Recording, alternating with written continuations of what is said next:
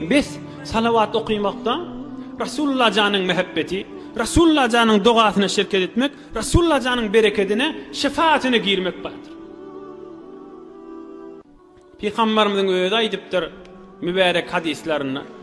Kıyamatta ilim çermep, ayağım çermep, bilim kuşap, köfrün ağzına, sırat köfrüde, mizan terazuda heyur ummatıma arka olup duracaktır.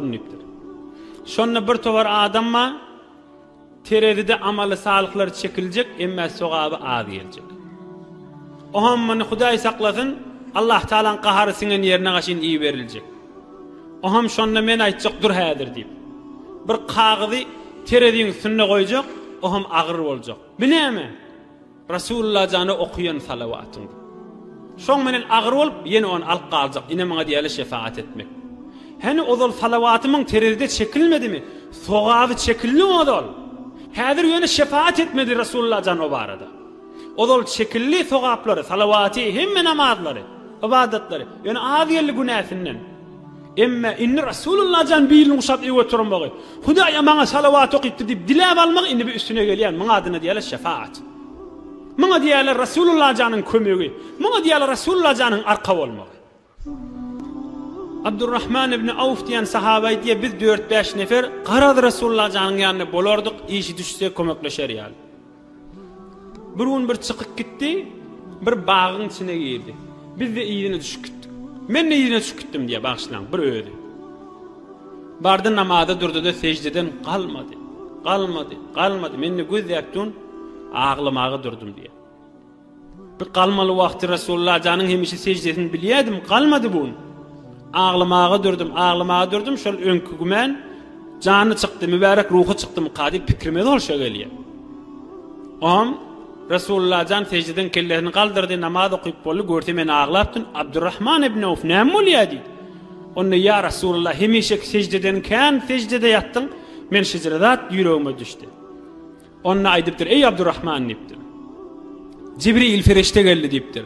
O bana haber verdi, ey Resulullah. Aya hoş olmayan mı sen?